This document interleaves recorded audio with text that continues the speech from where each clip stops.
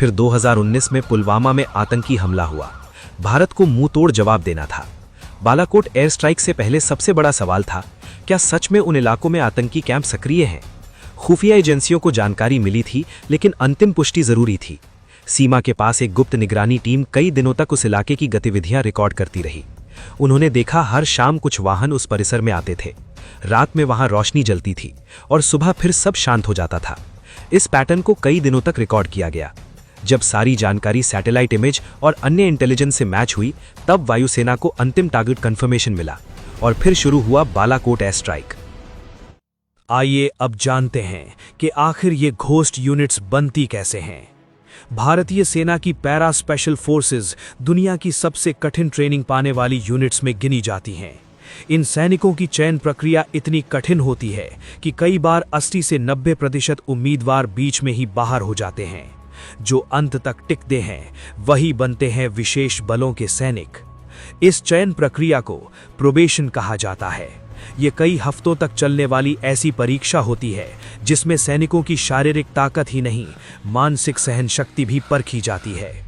उन्हें लगातार कई किलोमीटर तक भारी सामान के साथ मार्च करना पड़ता है, कभी नींद के बिना, कभी भोजन के बिना और कई बार बेहद कठिन मौसम में। लेकिन ट्रेनिंग केवल ताकत की नहीं होती, उन्हें सिखाया जाता है कैसे बिना आवाज किए आगे बढ़ना है, कैसे अंधेरे में रास्ता ढूंढना है, कैसे दुश्मन के इलाके में कई दिनों तक जिंदा रहना है और कैसे मिशन पूरा करके सुरक्षित वापस लौटना है। इन टीमों में केवल 4 से 8 सैनिक होते हैं, लेकिन उनका प्रभाव एक पूरी बटालियन जितना हो सकता है।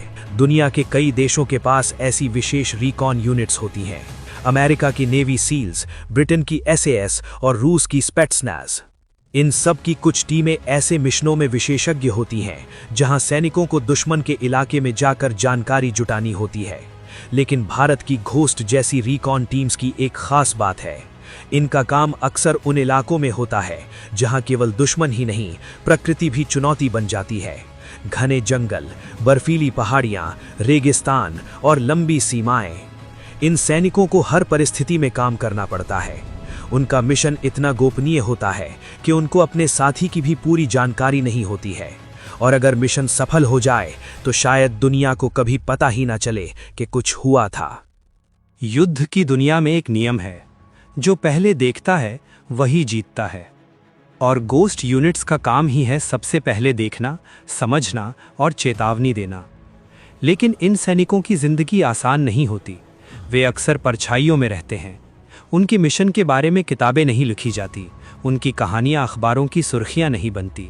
कभी कभी इतिहास उन लोगों को याद रखता है जो मंच पर खड़े होते हैं, लेकिन असली इतिहास उन लोगों द्वारा लिखी जाती है जो परछाइयों में काम करते हैं। भारत की सीमाओं पर, कहीं बर्फीली पहाड़ियों के बीच या घने जंगलों की खामोशी में, शायद इस समय भी कुछ सैनिक आगे बढ़ रहे हों, बिना किसी शोर के, बिना किसी पहचान के। क्योंकि भारत की सुरक्षा की कहानी में कुछ सबसे बहादुर सिपाही वही होते हैं जिनके नाम दुनिया शायद कभी नहीं जान पाती। और यही वजह है कि हर सुरक्षित सुबह के पीछे कहीं ना कहीं कुछ अदृश्य परछाइयां पहरा दे रही होती हैं।